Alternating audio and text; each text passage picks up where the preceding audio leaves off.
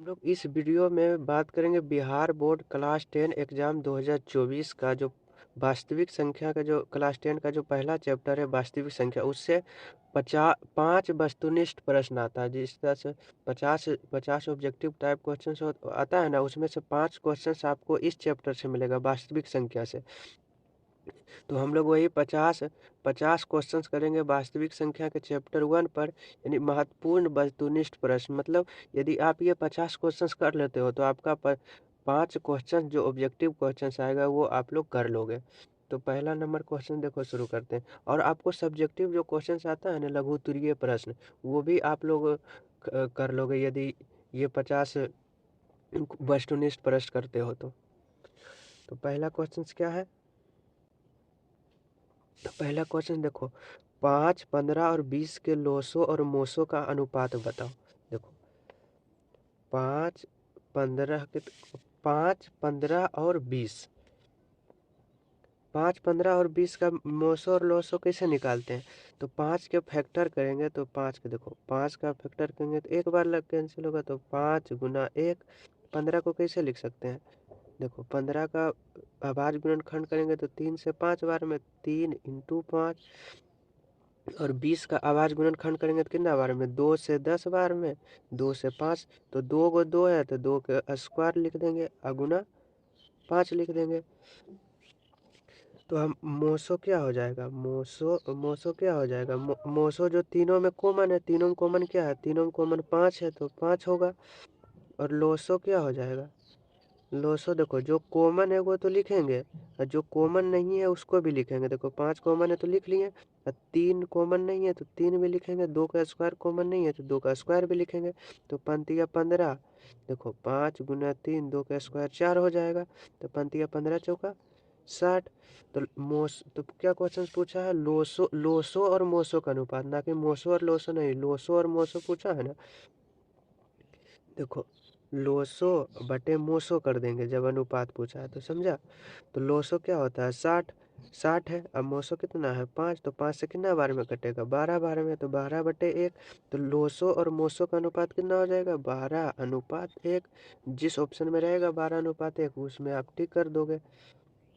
Question number 2 क्या है? दो संख्या है a और 18 का लोसो 36 है तथा मोसो 2 है, तो a क्या होगा?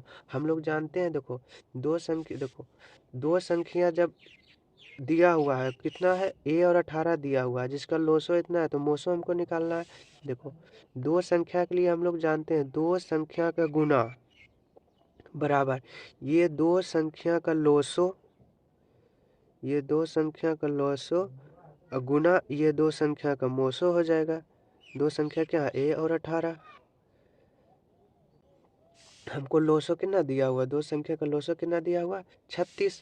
तो देखो a गुना 18 बराबर लोसो, लोसो कितना दिया हुआ? 36 गुना हमको मोसो निकालना है, तो मोसो a इंटू 18 का मोसो निकालना है, तो a गुना 18 बटे कितना हो जाएगा?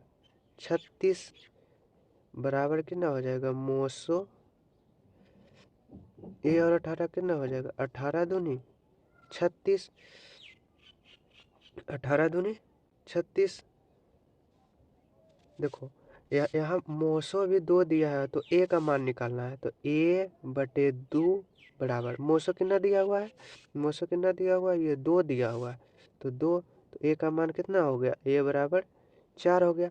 देखो यहाँ मोसो की जगह पर यही यही 2 लिख देते तो हो जाता, लेकिन हम अच्छा क्वेश्चन नहीं पढ़े थे, इस कारण से हम लोग को इतना यहाँ तक आना पड़ा। यदि हम अच्छा क्वेश्चन पढ़ते कि दो संख्या का लोसो 36 दिया हुआ है, अब मोसो 2 दिया है, तो a का मान निकाल। इसलिए आपको क्वेश्चंस बहुत बढ़िया से पढ़ना होगा। क्वेश्चन नंबर 3, 3 नंबर क्या? यदि p और q दो आभाज्य संख्या है तो उसका मोसो निकाल। देखो दो आभाज्य संख्या का मोसो क्या होता है? मान लेते हो कोई भी दो आभाज्य संख्या, दो भी एक आभाज्य संख्या। आभाज्य संख्या क्या होता है? जो एक और अपने आप से कटे, तो 2 और 3 भी एक और अपने आप से कटता है, एक और अपने आप के अलावा किसी से नहीं कटता। तो 2 का अभाज्य गुणनखंड करोगे, देखो 2 का अभाज्य गुणनखंड करोगे तो एक बार तो 2 गुना 1, और 3 का अभाज्य गुणनखंड करेंगे तो कितना होगा? 3 गुना 1। तो मोसो कितना हो जाएगा? मौसो कितना हो जाएगा, जो दोनों में कॉमन होगा, दोनों में कॉमन क्या है, एक। तो दो संख्या का अभाज्य गुणनखंड के किए तो उसमें कॉमन कितना आया, 1, तो मौसो कितना आया, 1। तो किसी भी दो संख्या का कि कोई भी दो अभाज्य संख्या दिया हुआ है और मान लेते, देखो ये क्या है, पी और क्यू दो अभाज्य संख्या, तो दो अभाज्य संख्या का मौसो कितना होता है, 1 होता है। उसी तरह से 4 नंबर क्वेश्चन क्या है, 4 नंबर क्वेश्चन क्या है, निम्न में से कौन अपरिमेय नहीं है। देखो अंडर रूट 10 पहला ऑप्शन है, अंडर रूट 24 दूसरा ऑप्शन है, तीसरा अंडर रूट 35 और चौथा 121। तो अंडर रूट 10, 24 और 35 और 121 में कह रहा कौन अपरिमेय नहीं है। देखो अंडर रूट 10 का तो वर्गमूल नहीं होता है, तो इसलिए ये अपरिमेय है। अंडर रूट 24 किसका वर्गमूल होता है, अंडर रूट 24 का पूरा पूरा वर्गमूल नहीं निकलता, तो ये भी अपरिमेय है। अंडर रूट 35 भी अपरिमेय, क्योंकि अंडर रूट 35 का भी वर्गमूल नहीं निकलता। अंडर रूट 121 का वर्गमूल 11 होता है, तो जिस संख्या का वर्गमूल निकल गया तो उस संख्या को हम अपरिमेय नहीं करेंगे, तो परिमेय कहेंगे। तो अंडर रूट 121 क्या है, परिमेय संख्या है जो अपरिमेय नहीं है। देखो हम कैसे हम लोग जाने, देखो 2 से 5, 2 और 5 का जोड़ा नहीं है।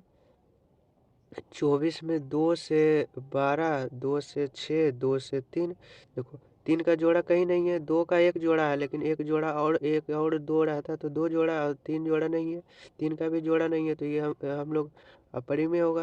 अब 35 का अभाज्य गुणनखंड करेंगे तो 5 से 7, तो 5 गुना 7 है, तो दोनों का जोड़ा नहीं है।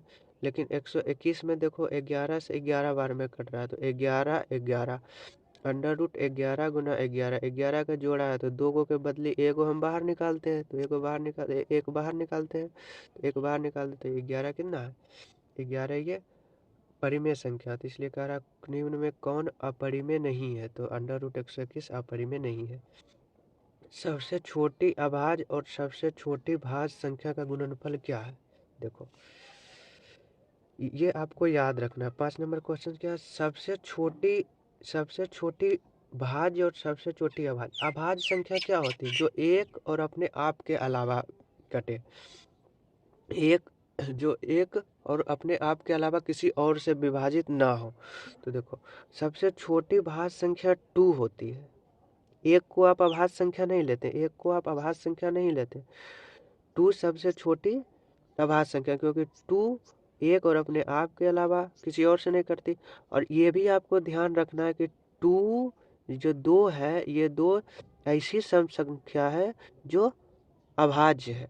तो ये भी क्वेश्चन पूछ सकते हैं, ऐसी ऐसी सम संख्या जो अभाज्य है क्या है, 2। तो सबसे छोटी अभाज्य संख्या 2। और भाज्य संख्या क्या होती है, भाज्य संख्या जो एक और अपने आप के अलावा किसी दूसरा नंबर से भी कटे, तो एक तो भाज्य होगा नहीं, दो दो क्या है, दो अभाज्य है, तो दो भी भाज्य नहीं। 3 एक और अपने आप के अलावा किसी और से नहीं करता। लेकिन 4 4 क्या है, 4 एक से भी कटता है, 4 से भी कटता है, लेकिन एक और 4 के अलावा 2 से भी कटता है। तो 4 क्या है, भाज्य संख्या है। तो यही दो संख्या का सबसे छोटी अभाज्य और सबसे छोटी भाज्य संख्या का गुणनफल पूछा है। तो 2 गुना 4 कितना हो जाएगा, 8। तो जिस ऑप्शन में 8 रहेगा वो ऑप्शन आपका सही हो जाएगा। तो हम लोग 5 क्वेश्चन कर लेंगे। अब अगला क्वेश्चन हम लोग नेक्स्ट वीडियो में करेंगे।